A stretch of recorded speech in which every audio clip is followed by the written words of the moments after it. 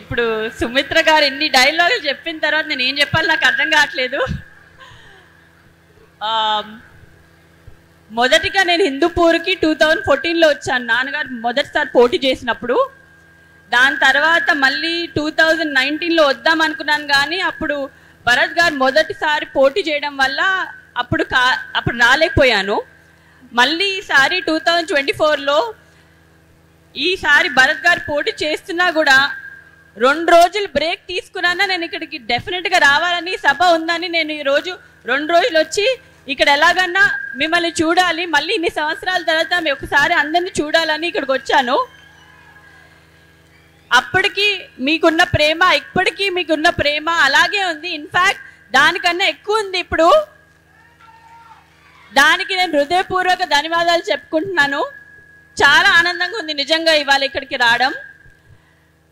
ఇప్పుడు మనందరికీ తెలుసు మన ఎన్నికల సమయం వచ్చింది. ఎప్పుడండి ఎన్నికలు? May 13th. అందరు ఓటేస్తున్నారా? ఎవరికి ఓటేస్తున్నారు? ఇవాళ మీ అందరికీ నేను చెప్పుకోవాల్సింది ఒకటే, మీరు ఓటేసేటప్పుడు గట్టిగా ఒకసారి ఆలోచించండి ఎవరికి ఓటేయాలి. నా కోసమో ఇంకెవరి కోసమో కాదు, మీ గురించి ఆలోచించుకోండి. మీ భవిష్యత్తు కోసం ఓటేయండి, మీ అభివృద్ధి కోసం ఓటేయమని అడుగుతున్నాను అందరినీ. మీకు తెలిసిందే టీడీపీ ఎప్పుడు సంక్షేమ పథకం గురించి ఇంకా అభివృద్ధి గురించి ఆలోచించే పార్టీ. ఇప్పుడు సంక్షేమం ఒక్కటే లేకపోతే అభివృద్ధి ఒక్కటే చేస్తే మనకి ఎప్పుడు మనం జీవితంలో పైకి రాలేము. ఉట్టి సంక్షేమ పథకాలు ఉంటే మనం ఇవాళ బాగానే ఉంటాము, కానీ మన రేపు బాగుండాలంటే, ఒక కారు కొనాలంటే, ఒక ఇల్లు కట్టాలంటే అది సరిపోతుందా మీకు? అభివృద్ధి అనేది చాలా ఇంపార్టెంట్. మన సంక్షేమ పథకాలు ఇంకా అభివృద్ధి రెండు తేగలే మనిషి ఒక్కలే ఉన్నారు, అది మన నారా చంద్రబాబు నాయుడు గారు. ఆయనకి ఓటేసి మనం గెలిపించడం, సీఎం చేయడం మన బాధ్యత.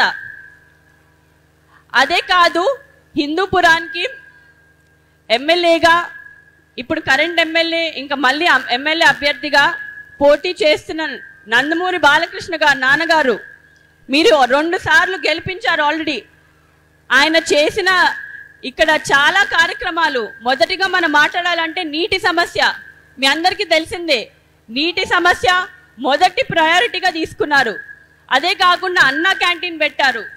ఇక్కడ రోడ్లు కానివ్వండి చాలా కార్యక్రమాలు చేశారు మీకోసం, ఇంకా చేస్తూనే ఉంటారు. మనం సీఎంగా చంద్రబాబు నాయుడు గారిని, ఇక్కడ ఎమ్మెల్యేగా మన నందమూరి బాలకృష్ణ గారిని గెలిపించడం మన బాధ్యత.